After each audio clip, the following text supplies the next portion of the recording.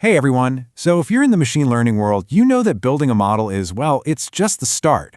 The real challenge is getting that thing to work reliably out there in the wild. Today, we're going to dive into the absolute foundation of MLOps and the 3 tools you just have to know to make it all happen. Let's jump right in. Ah yes, you've heard it, you've probably said it. The most famous, and let's be honest, the most frustrating phrase in all of tech. You build this amazing model, it runs like a dream, you've tested everything on your laptop. But the second it leaves your machine, total chaos.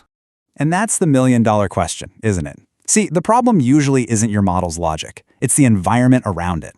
We're talking different Python versions, libraries that clash, weird operating system quirks. That gap between your computer and the production server is basically a recipe for disaster. This gap has a name, we call it the deployment dilemma. And it's the first huge hurdle we've got to clear. This is exactly why MLOps even exists, to build a super strong bridge between development and operations. So let's look at the 3 foundational pillars that make up that bridge.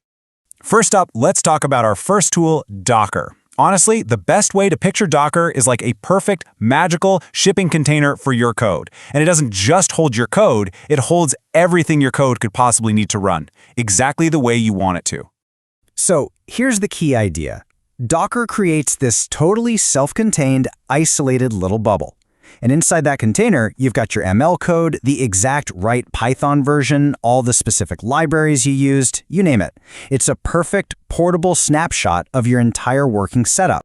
And you can see right here why this is so critical. First, it completely solves that works on my machine problem for good. It also makes your models reproducible, which is, essential for good science and good business. It makes deploying to any cloud, AWS, GCP, Azure, wherever, way simpler. And it becomes the standard for your automated pipelines because these containers can be trusted to work the same way every single time. Let me give you a super simple real-world example. Let's say your fancy new model needs Python 3.10, but the production server is stuck on an older version, 3.8. Instead of a huge, risky server upgrade, you just package your model inside a Docker container that already has Python 3.10 inside of it. The container runs on the old server, but your code is living its best life in its own modern environment. Boom, problem solved. Okay, so Docker gives us our perfect little shipping container. But what happens when you need to manage thousands of them? What if you need 10 containers right now, but 500 in the next minute? Well, that is where our second tool, Kubernetes, comes into play. If Docker is the container, think of Kubernetes as the super smart automated port manager running the whole show. So if Docker builds the containers, Kubernetes runs them at massive scale. It's what's called an orchestration system, which is really just a fancy way of saying it's the conductor of this huge container orchestra. It tells all your containers where to go, what to do, and how many there should be, and it does it all automatically. Now this is where Kubernetes gives you some serious superpowers. This stuff is so cool. First, auto-scaling. It just adds more containers when traffic spikes and then gets rid of them when things calm down. Then there's self-healing. If a container crashes, Kubernetes doesn't panic. It just spins up a new one to replace it. No 3 a.m. phone calls needed. It also lets you do rolling updates, so you can deploy a new version of your model with 0 downtime. This is what real, professional-grade reliability looks like. Just picture it. Your app goes viral. All of a sudden, 1 million people are trying to use your ML model. Without Kubernetes, your server would just fall over and die. But with Kubernetes, it just sees the spike, launches hundreds of new copies of your container to handle the load, and then when the rush is over, it quietly scales everything back down. And you didn't have to lift a finger. It is incredible.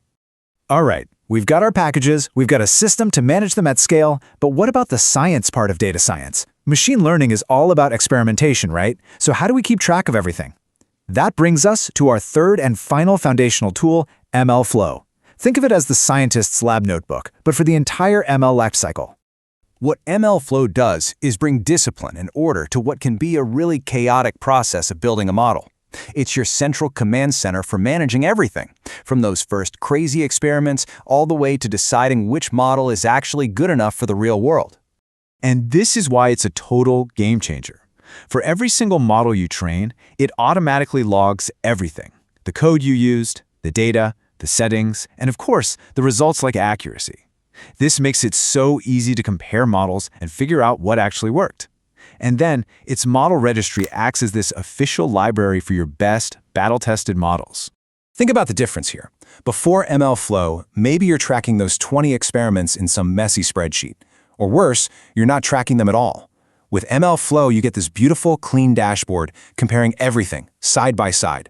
You can instantly sort by accuracy, find the champion model, and promote it for deployment, knowing exactly how it was made. So we've got a tool to package, a tool to scale, and a tool to track.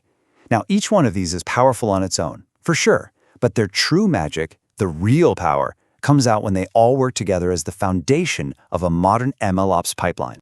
And this is the most important question, right? It's not about just picking one tool. It's about understanding the beautiful, seamless workflow they create when they're combined. So let's break down exactly how they connect. This table just lays it out perfectly. MLflow is your science lab. It's for tracking, versioning, and managing the models. Once MLflow helps you find a winner, Docker steps in to package that model into a standardized, portable little box. And finally, Kubernetes takes that box and handles all the hard stuff in production, deploying it, scaling it, and keeping it healthy. And here's that whole workflow in 3 simple steps. Step 1, track. You run your experiments and use MLflow to find the best model. Step 2, package. You take that winning model and you put it in a Docker container. And step 3, scale. You hand that container off to Kubernetes to serve it up to the entire world, reliably and at any scale you need. And that right there is the big takeaway. This trio, MLflow, Docker, and Kubernetes, it's not just a random collection of popular tech. It's a logical, integrated system. Each piece solves a very specific problem: experimentation, packaging, and operations. If you master these 3, you have the bedrock for building any serious, professional machine learning system that you can actually trust.